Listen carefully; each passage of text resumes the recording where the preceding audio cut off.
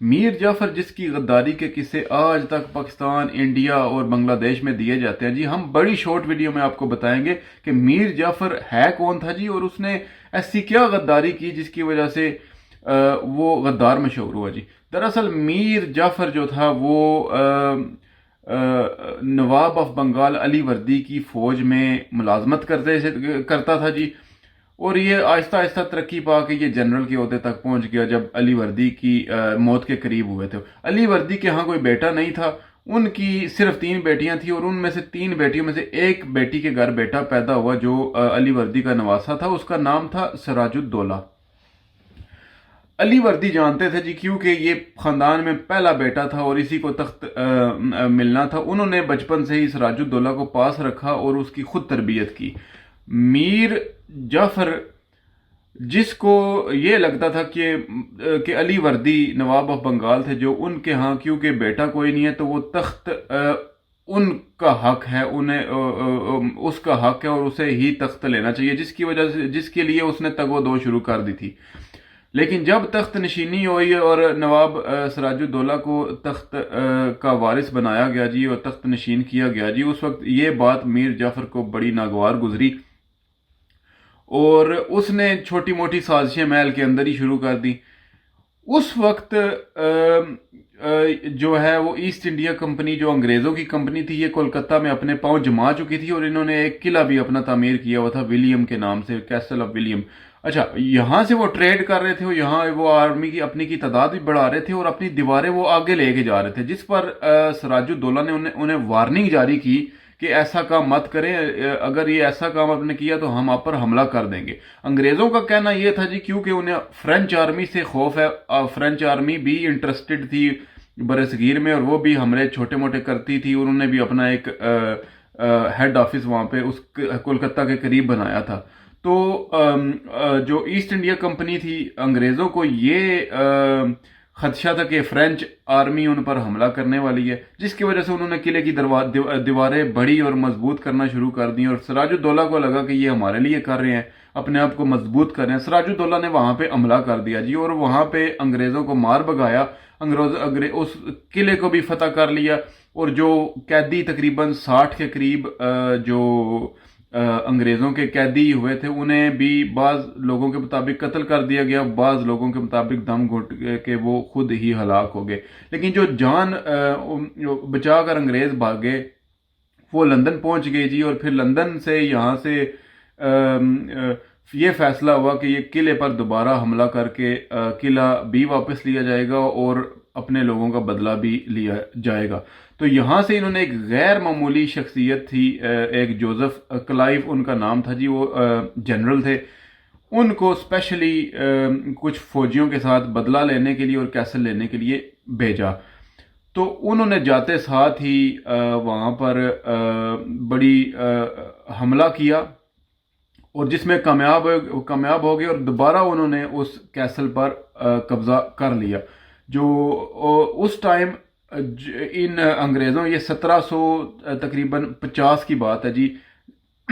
اور انگریزوں کے پاس اس ٹائم پہ ایک جدید گن بھی آ چکی تھی جی۔ وہ گن ایسی تھی جی، آٹومیٹک ٹائپ کی گن تھی، کیونکہ ویسے نارمل جو وہاں اس ٹائم کے زمانے کی گنیں تھیں وہ ایک گولی چلا کے باقی منٹ یا 2 منٹ تک کا وقفہ ہوتا تھا جس سے وہ دوبارہ لوڈ ہوتی تھی، کافی ٹائم لیتی تھی۔ لیکن انگریزوں نے ایسی ایک گن ایجاد کر لی تھی جی، جو گن کچھ ہی سیکنڈ میں دوبارہ لوڈ ہو جاتی تھی اور دوسری گولی چلانے کے قابل ہو جاتی تھی۔ اچھا، اس کی مدد سے انہوں نے جب قلعہ فتح کیا اور نواب سراج الدولہ خود دیکھ رہے تھے اس معاملات کو اور وہ خود گھبرا گئے کہ یہ انگریزوں کے پاس کوئی جدید ہتھیار آ گئے ہیں، اس کی وجہ سے وہ قلعہ چھوڑ گئے، اور جو قلعہ چھوڑ کے انہوں نے انگریزوں کے ساتھ ایک معاہدہ کر لیا، اپنی شکست تسلیم کر کے معاہدہ کر لیا، انگریزوں کی شرائط مان لی۔ تو لیکن انگریز وہاں پر بھی نہیں ٹھہرے جی، انہوں نے پھر سراج الدولہ کو اور نقصان پہنچانا چاہا، انہوں نے اس کے درمیان غدار کو ڈھونڈنے کی کوشش کی اور سراج الدولہ کو قتل کرنے کی سازش رچائی، جس پر جو ہے انہوں نے سپہ سالار تھے جو میر جعفر، ان سے جوزف کلائیو نے ملاقات کی اور خوشبو سونگھ لی کہ یہ بندہ ہمارے کام آ سکتا ہے، یہ غدار ہے۔ اچھا، اگلے ہی دن جو ہے وہ جوزف کلائف جو ہے وہ میر جعفر کے گھر پہنچ گئے اور ان سے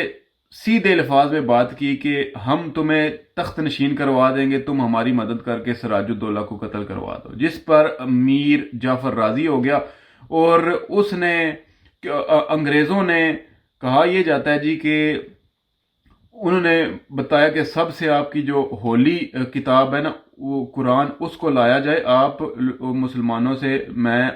جو جوزف کلائف کے مطابق کہ میں اس جو ہے کتاب پر حلف لینا چاہتا ہوں، جس پر میر جعفر نے قرآن پر بھی حلف دے دیا کہ میں اپنی بات سے نہیں پھروں گا، میں آپ کی مکمل مدد کروں گا۔ اچھا، وہاں سے پھر جو ہے وہ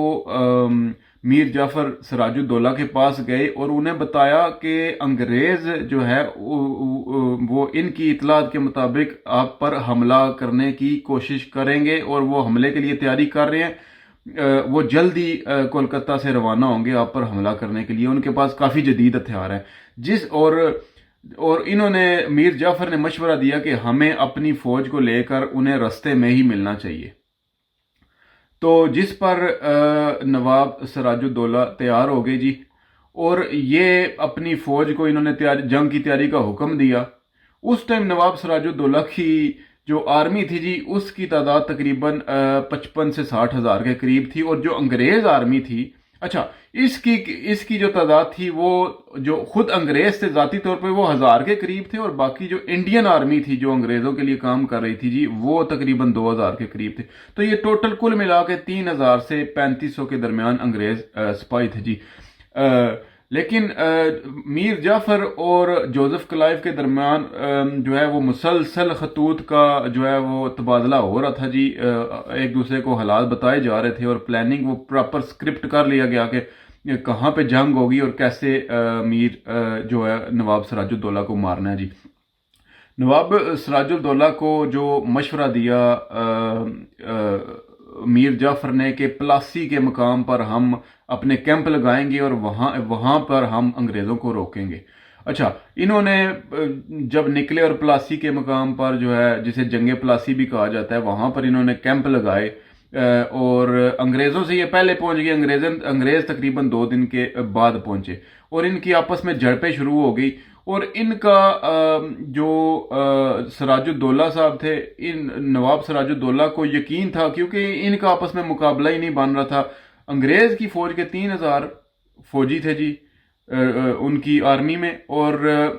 نواب صاحب کی فوج میں تقریباً 50,000 کے قریب آدمی تھے جی جو جنگ کے لیے اس ٹائم موجود تھے۔ اچھا، نواب سراج الدولہ کی آرمی جو ہے وہ 3 حصوں میں بٹ گئی تھی، جس کے مین جو سربراہ تھے وہ بڑے حصے کے سربراہ تھے وہ میر جعفر تھے جی، اور باقی 2 حصوں میں جو تھے وہ چھوٹے جنرلز تھے۔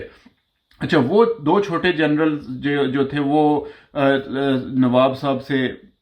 لویل تھے۔ میر جعفر نے جو پوزیشن لی تھی یہاں سے انہوں نے انگریزوں پر حملہ نہیں کیا، جب نواب سراج الدولہ نے ان کو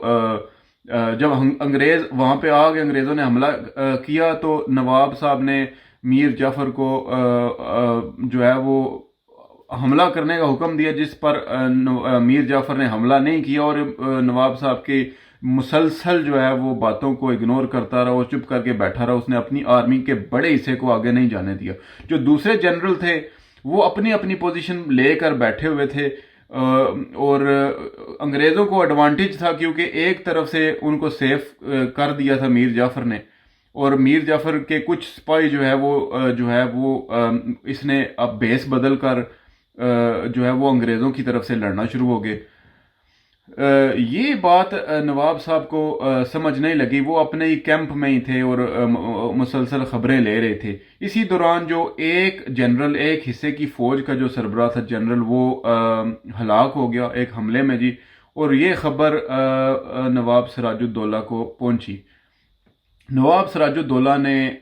میر جعفر کو، جو دوسرا جنرل رہ گیا تھا، ان دونوں کو بلایا جی اپنے کیمپ میں اور بتایا کہ کیا مشورہ ہے جی۔ اچھا، جو دوسرا جنرل تھا لویل تھا نواب صاحب سے، اس نے بتایا کہ ہمارے حالات اچھے ہیں، ٹھیک ہے جنرل جو ہے وہ ہمارا ایک قتل ہو گیا، لیکن ہماری پوزیشنز اچھی ہیں، ان کے پاس اسلحہ ختم ہو جائے گا، وہ فوج بہت تھوڑی سی تعداد میں ہے،